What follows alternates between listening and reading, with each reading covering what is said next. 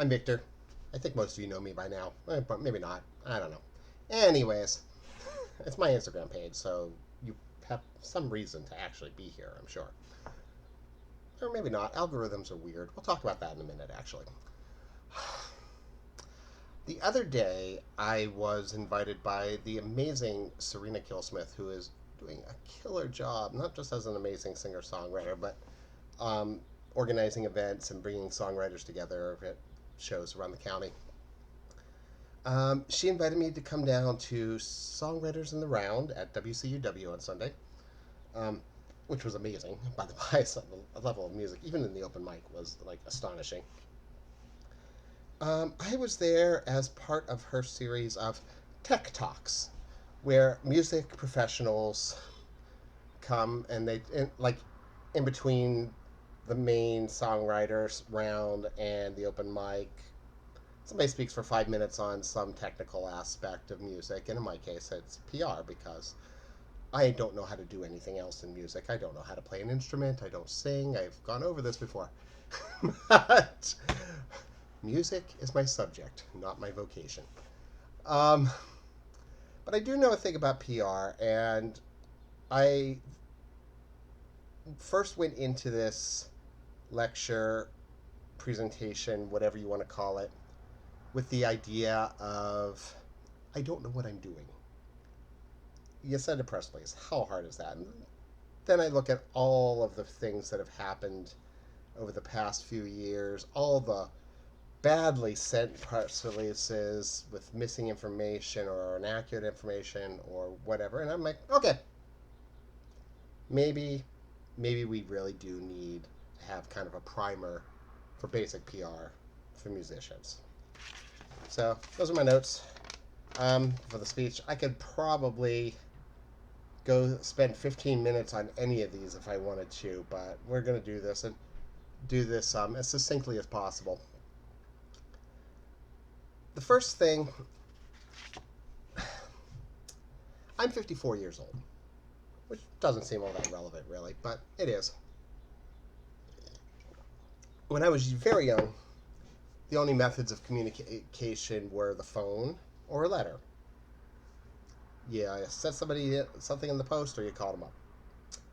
Now I get messages in email or one of several email accounts I have, both professional and personal.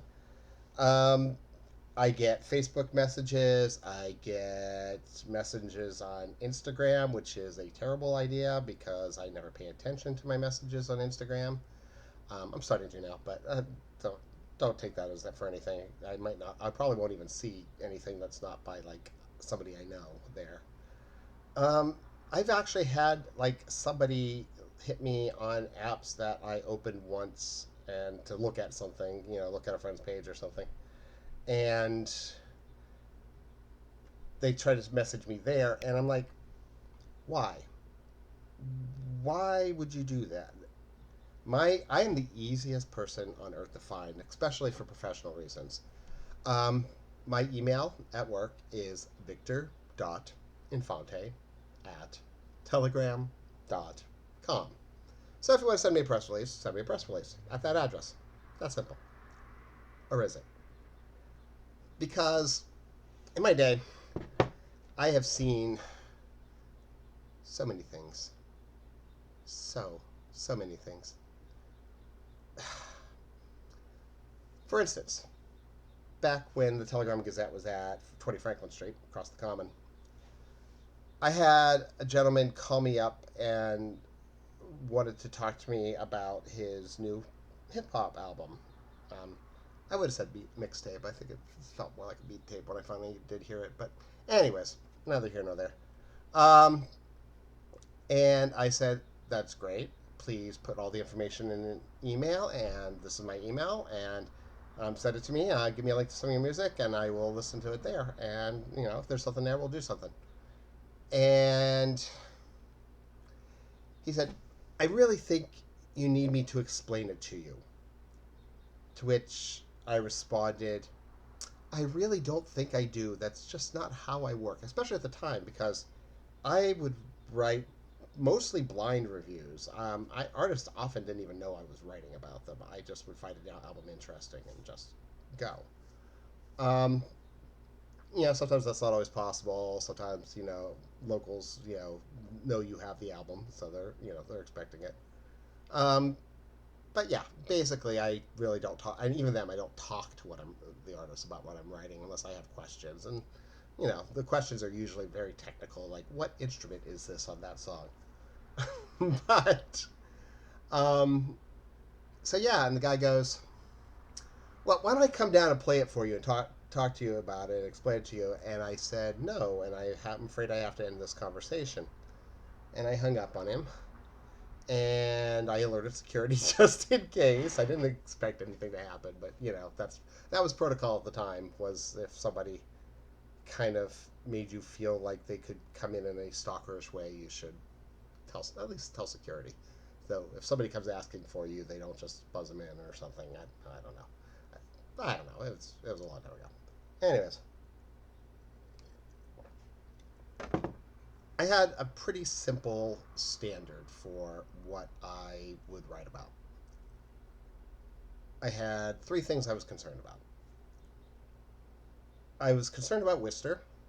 I would cover New England, but everything outside of Worcester got less priority, especially the farther away from Worcester it was, or the less it interacted with Worcester. So there are a lot of artists who are Boston artists, but are here all the time. And of course, we would treat them like our own. There are artists who actually secretly live in Worcester County, and they might not play here as much, but I know the Worcester, so that would usually make the mark. My second thing I was concerned about was quality. There are a lot of albums I wrote about, even though it was some guy off in Vermont that nobody had ever heard of, was making incredible music. Um, this happened more than once. And if I might not make it a priority. More noteworthy stuff might, you know, you know, drive hits, whatever. They would those would get priority. But if I had a week, and I usually did eventually, I would give that a shot, and it usually did some good, which is nice. And lastly, I was concerned, of course, about popularity. Not my own. I could really care less about that.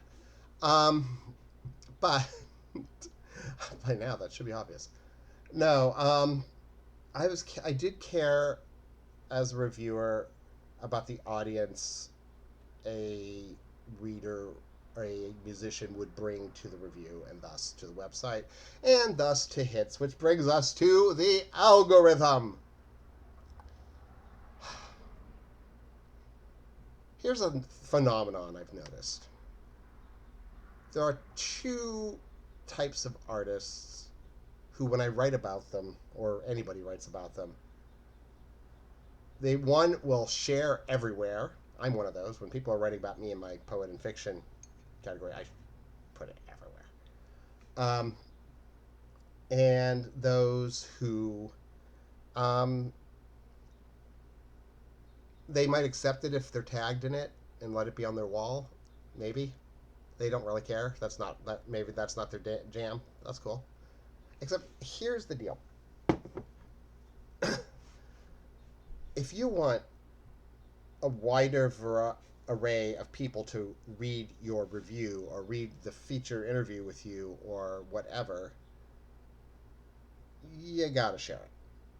That's how the internet algorithm works. Now you're saying, well, the only people that it'd be reaching when I share it are the people who already know me, and that may be true. But the more people it hits, if you post it on your wall and people look at it, and Worcester Magazine posts it on their their Facebook page, the fact that it's twice will actually affect the number of people that it reaches because it will make it up the algorithm just a little bit.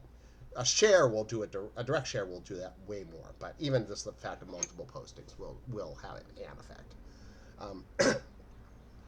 I have found this out by the scientific method of staring at it, numbers online every day for a decade. I don't know. Anyways, but yeah, that's how the algorithm works. So yeah, it's at the end of YouTube videos they say please like and subscribe and share and do those things. Those things work too. Those are the things that will move your music, will move articles about your music. Articles about your music have the potential to bring more people to your music, but you can't be a passive participant in that.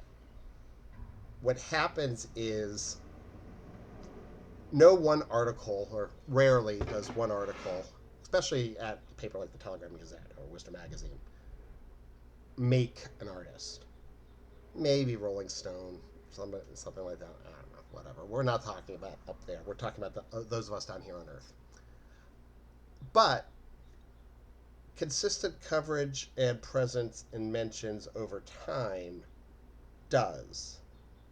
I have seen numerous artists be somebody that if you were in the music scene, you would know who they were, but somebody on the street, they would have no idea, to being pretty much household names, at least in the city. And that's not because of any one article or anything I did. One, it's what they did because they played good music. And two, if I had any effect, or the press had any effect, it was a small simmer burn to the right moment, to writing a bigger article,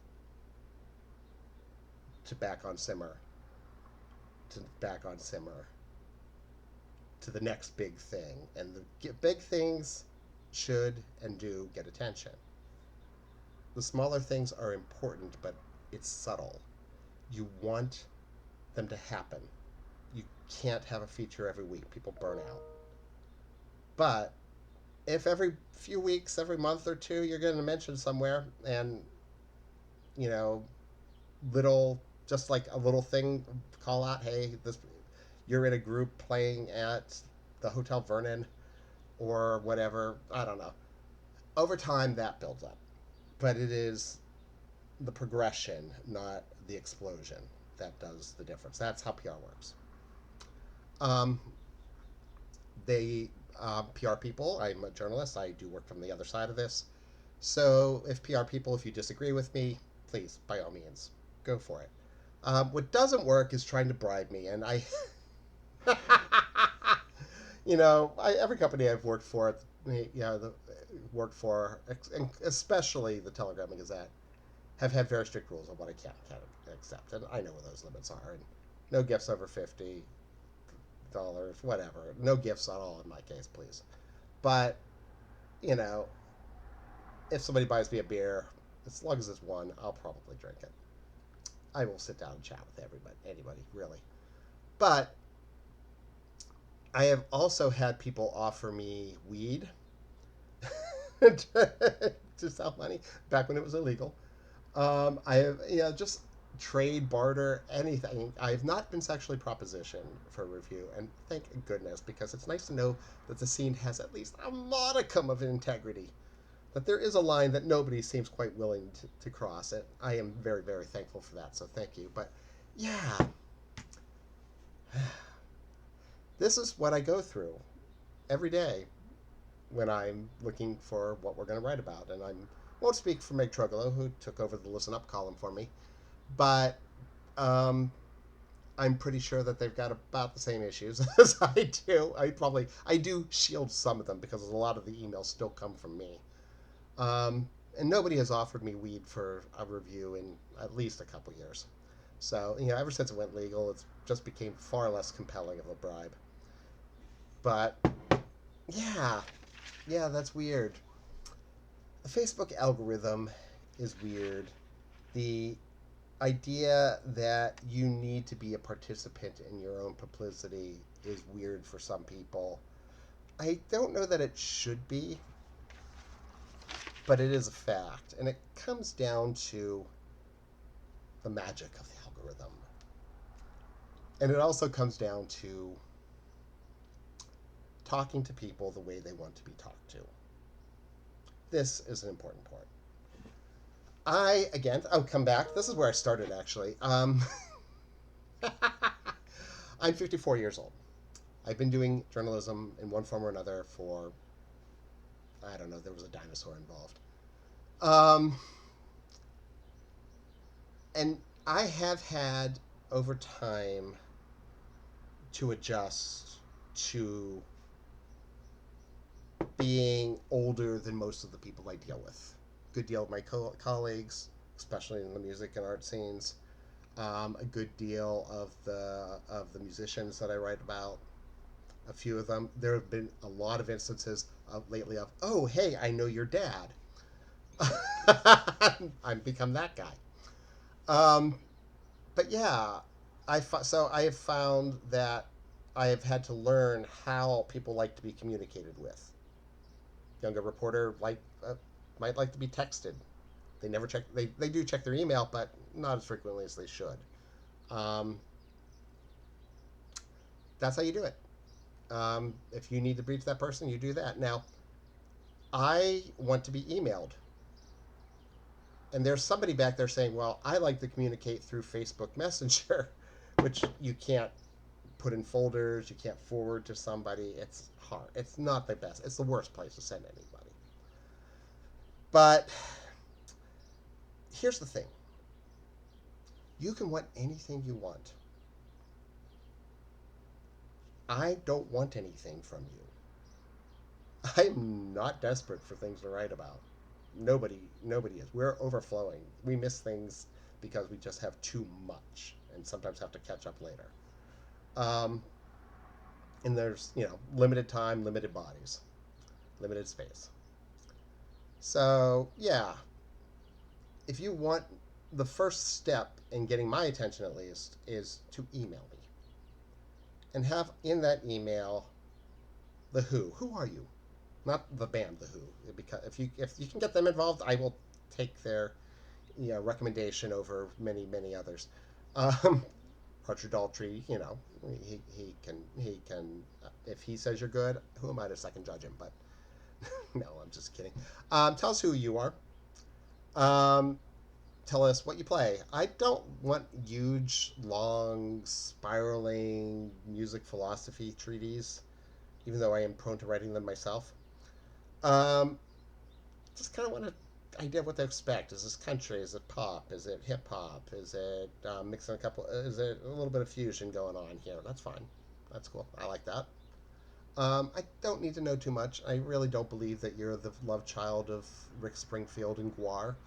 Um, it's usually a red flag when I see somebody refer to themselves something like that. But just tell me a little about what your music sounds like. Just just to give me an idea, just to brace myself, so I can brace myself. Or if I can look at it and I'm trying to choose between four albums to write about and I'm in a hip hop mood and you've got the only hip hop album there, that's what I'm going to go for. Sure, it'll happen. It's happened a lot. Got choices, got to make them. So what, who, what, when? Most people are good about that one. When and where, if anything they get right, it's that. They tell us who they are. They might not remember to tell us what they play, but they do tell us when and where. Fine. They might not put the time. They're pretty bad. Everybody's pretty bad about putting the time on. And so we either look it up or leave it, and that causes confusion, which if we can find the information, we can find it. If we can't, we can't. So yeah, put the time on so people show up to your show correctly. Um, and how much? How much gets left off? So much. I mean, really. And this is the thing venues are worse about than artists. They will not put the price of the show, especially if it's cash, which is so annoying. Every show that does that, I guarantee you there's at least one person that shows up at the door, didn't know there was a cover charge, and doesn't have enough cash on them, and has to go to an ATM and come back and is already annoyed. This has been me often in Worcester, at rock shows in venues I cover. Yeah, yeah. Because if I'm not reviewing a show formally, I paid to get in. That's just how it works.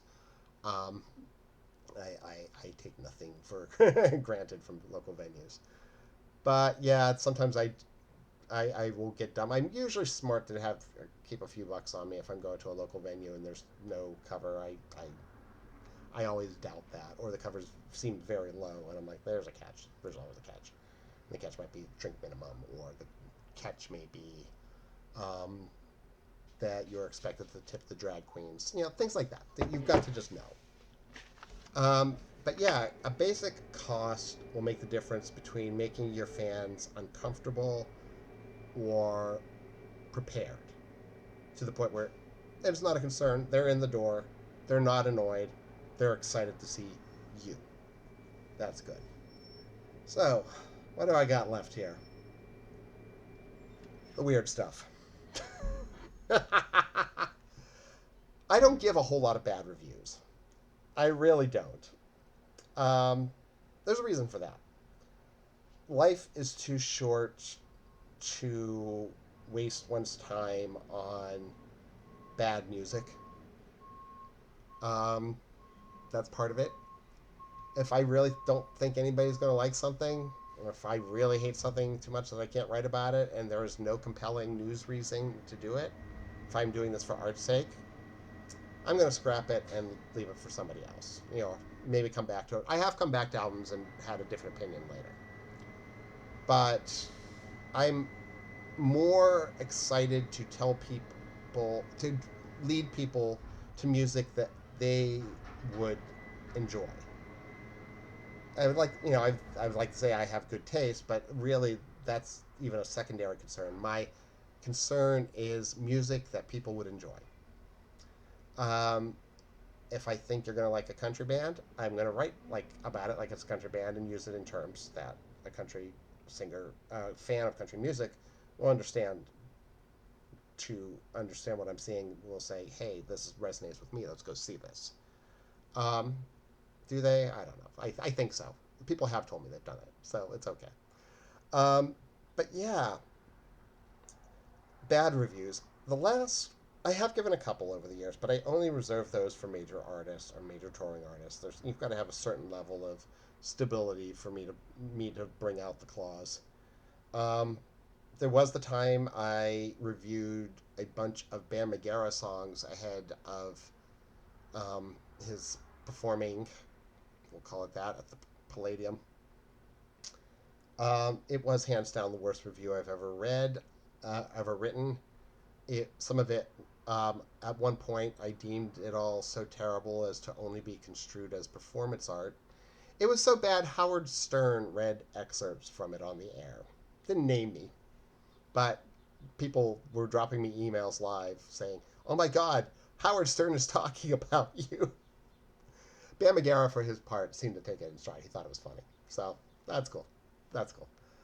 Yeah, let's see. What else we got here? Patience.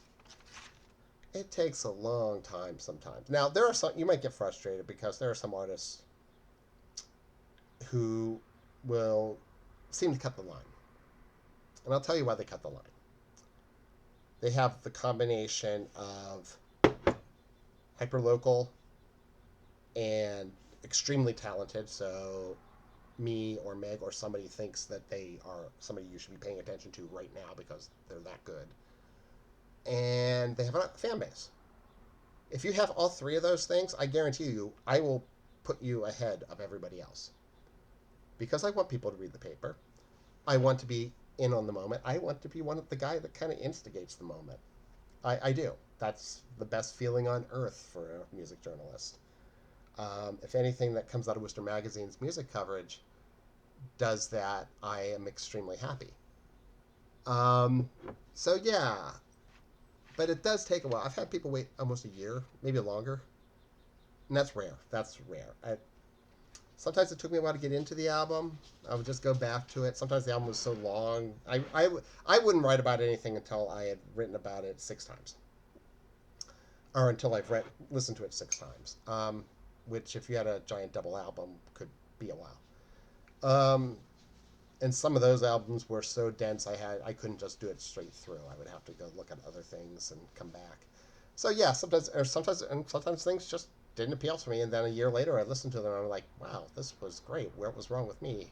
Then I remember I was in a bad mood that day or something. I don't know. But yeah, there's only 52 weeks in a year. We can only write about so many songs and albums, but there's still more than we can write about. So it takes a while sometimes, and I apologize for that. It is it is what it is. I think the last thing I think everybody needs to keep in mind is everything I have just said, I think will largely be true in 10 years, but I wouldn't guarantee it because I have seen so much change in how music, particularly in the arts, are handled in news. We no longer run a print calendar in the Telegram Gazette or Worcester Magazine. That was it. That was claimed by COVID, and we've just not been able to have the resources to put it back, or at least time. It's really, it's time, staff. It's like it's the amount of effort that goes into a print calendar is enormous, and it's maybe not the best use of everybody's time. We have an online one which is automated, which I know very little about. Honestly, it's a vendor. I don't know much about it. I used to use those things frequently as ways of finding out what was going on. Now I have to do other things, social media being one of the big ones. But point being, how I receive that information has changed over time. The best way for me to receive that information is to just constantly be aware of what's going on in the scene, follow you on social media. I have developed personal and professional relationships with many people in the area. I talk to people. I listen to people. I listen to just about everything, even still. Even still. Um, Here's the thing, and I think sometimes people forget this. I've said this before. The act of performing music, especially performing music live, is inherently brave. To take something like that and that little piece of you and put it out into the world, that is an act of courage.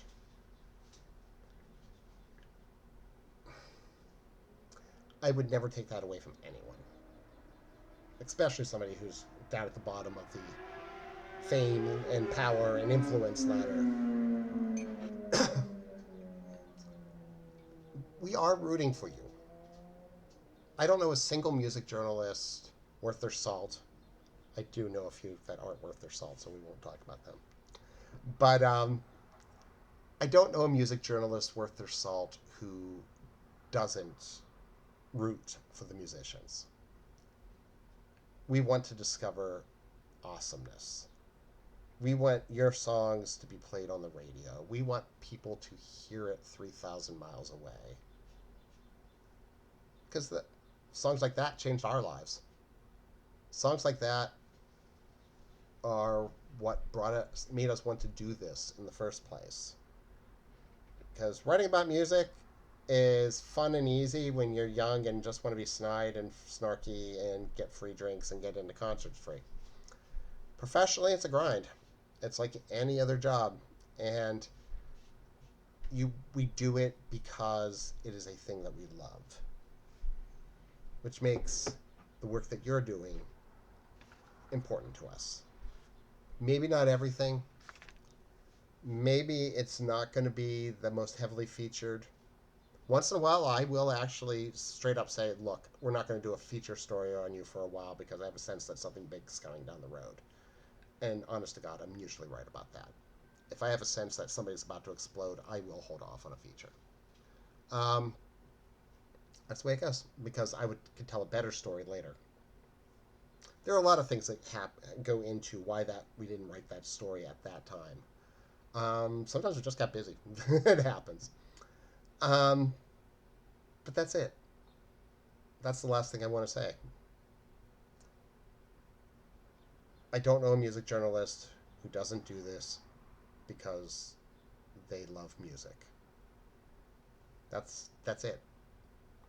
I love music as much as I love poetry or fiction, which I actually write, you know, journalism, which I'm paid to write, music is more for me. It is something deeply, deeply primal for me, and it has played an important part of my life. So, anything we can do to help get you in the paper, to get stories written about you, to get your music mentioned, we can, we will. If, but there's got to be an order to the system, and can't do everything all at once, and sometimes we can't. Some things we just can't do, but we're gonna try. Oh boy, we're definitely gonna try. Thanks.